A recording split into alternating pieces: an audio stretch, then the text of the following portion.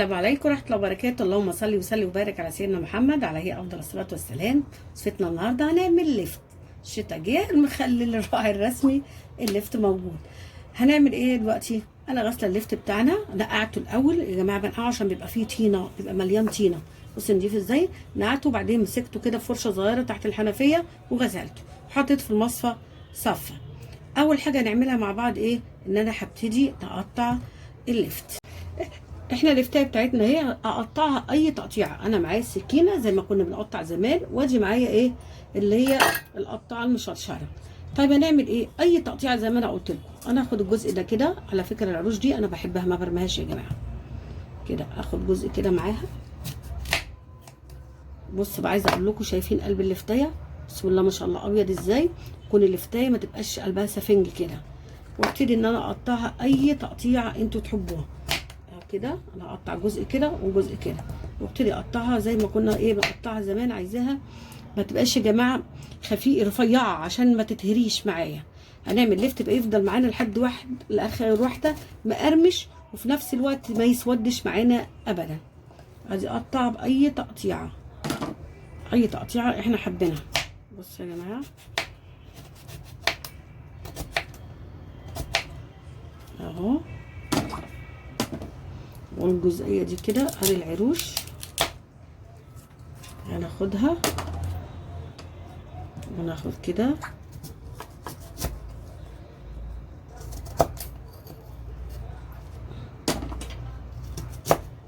اهي يا جماعه. هعمل واحده تاني قدامكم زي ما قلت لكم، اي تقطيعه انتوا حابينها.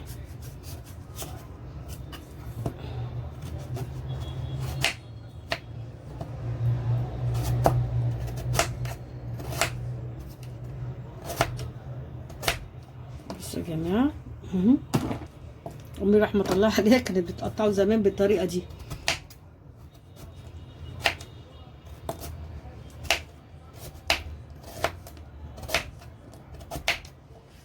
اهو كده، ودي دي اهي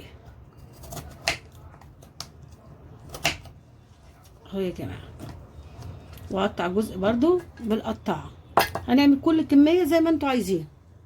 بصوا بقى يا جماعه، انا قطعت الليفت بتاعت كميه الليفت بتاعتنا. هرش عليها كده شويه ملح واقلبهم شويه كده واسيبهم لمده ساعتين، عشان عايزه انزل الميه اللي هي بتاعت ريحه الليفت تنزل كده. وبعدها نشوف هنعمل ايه مع بعض. بصوا بقى يا جماعه، ده الليفت بتاعنا بعد ما سيبته ساعتين. شايفين الملح نزل الميه زي البتنجان كده. كنت كل شويه كده بهزه كده في المصفى. عايزه اوريكم، بصوا كميه الميه اللي نازله. شايفين لونها عامل ازاي؟ مدي الموف ازاي، لان الليفت ده ليفت بنجري. شايفين لونها؟ هاخد بقى الليفت بتاعنا دوت واشطفه بقى من الميه. بصوا بقى يا جماعه، انا شطفته بالميه. هبتدي بقى ان انا ايه كده احط بقى في البطرمان على قد ما اقدر. انا عملت كمان يا جماعه بالقطاعه اهي، وبالطريقه بتاعتنا القديمه. يعني الليفت ده بطريقه زمان يا جماعه. الليفت ده من المخللات اللي هي السريعه في التسويه. انا هحط كده الليفت بتاعنا على قد ما البطرمان ياخد. بصوا بقى يا جماعه، انا حطيت كميه الليفت بتاعتنا، اضغط عليها كده بحيث ان هي ايه ما اسيبش اي فراغات تحت. الليفت كده كده لما بيستوي بيهبط، بيبقى ايه بيشرب الميه بالملح.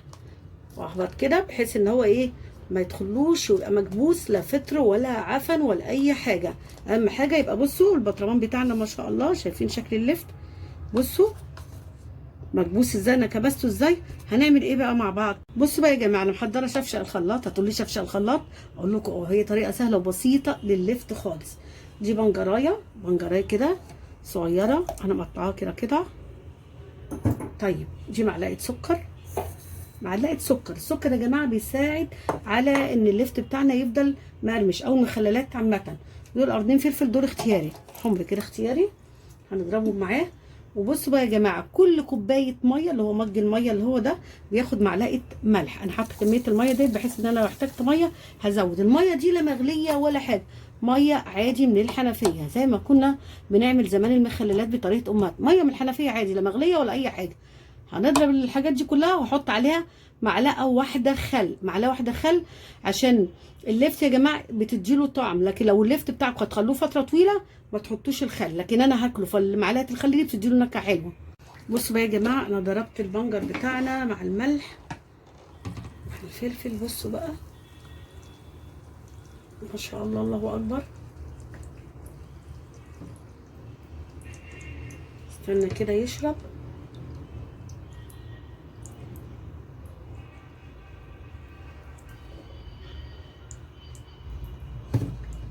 بصوا بقى يا جماعه، انا حطيت كميه الميه بتاعتنا ما شاء الله، خدت الكميه بتاعت اللفت ده. اي حاجه بلاستيك كده، غطا بلاستيك، انا هحطه كده من فوق بحيث ان انا ما يبقاش فيه هوا.